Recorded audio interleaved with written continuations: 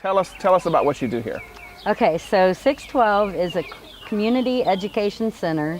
Everything we do here revolves around education in creativity and sustainability. We have a preschool that meets 3 days a week, Tuesday, Wednesday, Thursdays. We have an after-school program. We have adult programs that meet nights and weekends. We do community events. I open the space up to other nonprofits that maybe don't have a brick and mortar, but they need to do fundraising, or groups like John Rex Elementary's Odyssey of the Mind group that was trying to get to the Nationals. We had a fundraiser for them here too. We partner with other organizations and do either awareness or fundraising or things like that. And then we have residencies in art, music, film, cooking, gardening, sustainable living. Floral arrangements? Floral arranging, yes. Even though I can't tell you all the names of the flowers.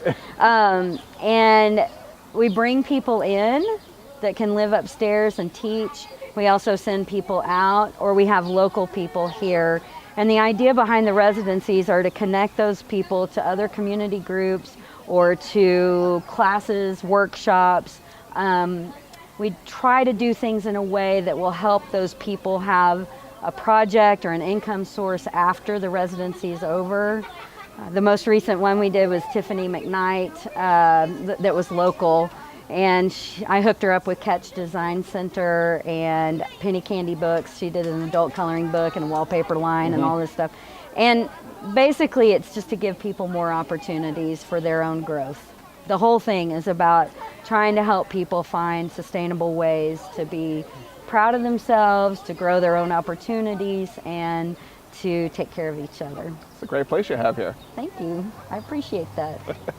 So when we came to set up today, I put on my grungy shoes, but you've got like professional boots there. Or is this how often are you wearing shoes all the time here, or is it more of a boots environment when you're out working all the time? When I'm inside with the kids and working, I'm usually wearing my Toms or, some closed-toed shoes, but they're really pretty comfortable.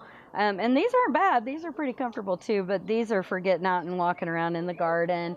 We often have manure. I've actually shoveled horse manure for the first time in my life a couple of years ago, and it doesn't smell bad. In fact, it almost smells good now. When I was growing up in Ardmore, I would smell the cows and I'd tell my parents that it smelled bad, and they're like, "Oh, that's the smell of money." And I was like, well, may not smell pretty, but it smells like a bank account. To me, horse manure smells like rich soil and growth, and it makes me really happy to put that, into our project and into our earth.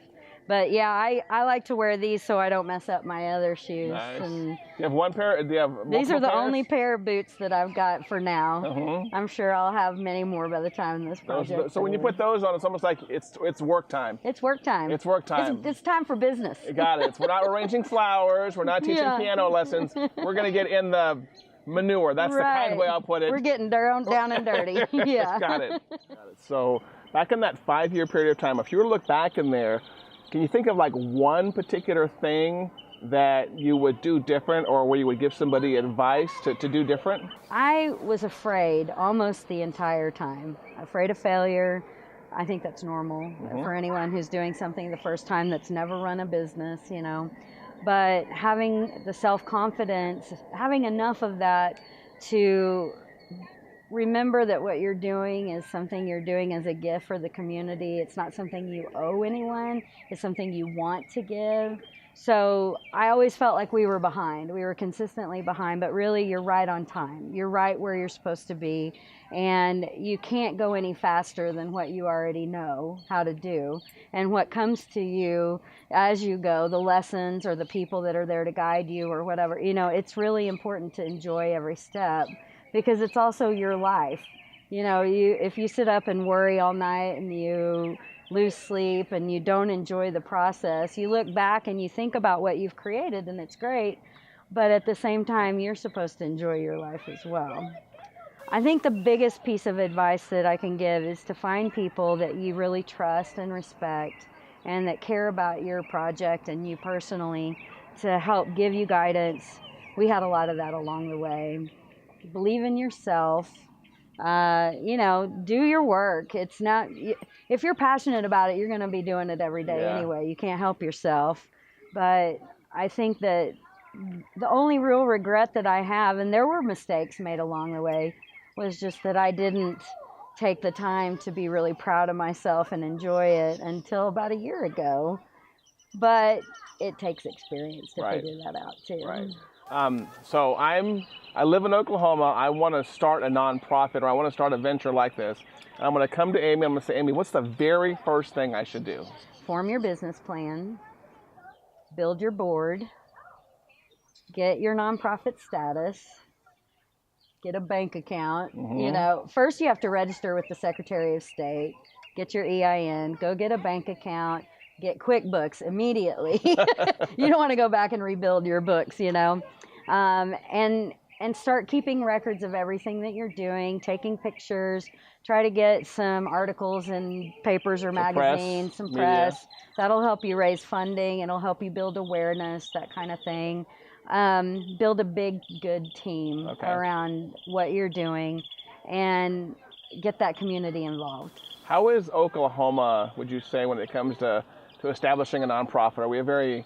Is Oklahoma very nonprofit friendly, or was it pretty challenged? Oklahoma City specifically, I think, is very nonprofit friendly. I think that we have a mentality, and I come from the arts background of it, where most artists are thinking that all boats rise with the tide. We all support each other and our endeavors. We may not all get along, but we all know that it's important to work together and to help promote. The way you said it, all boats rise. How'd you say that? All boats rise? All boats rise with the tide. All boats rise with the tide.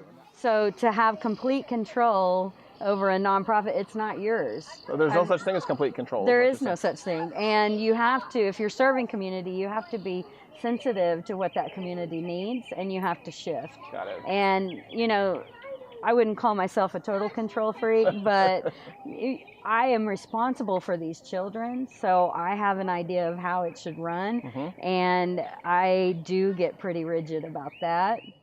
I'm constantly realizing that I could be the greatest impediment to success if I don't step out of the way. But when I do, it usually happens like this. Someone will bring an idea, and I'm like, well, I don't know about that. And then it takes me about 5 or 10 minutes, and then I come around. You come around, you're getting softer. Yeah, or a day or whatever. I just need time to think about it and see how it fits into the mission and the vision. Got it.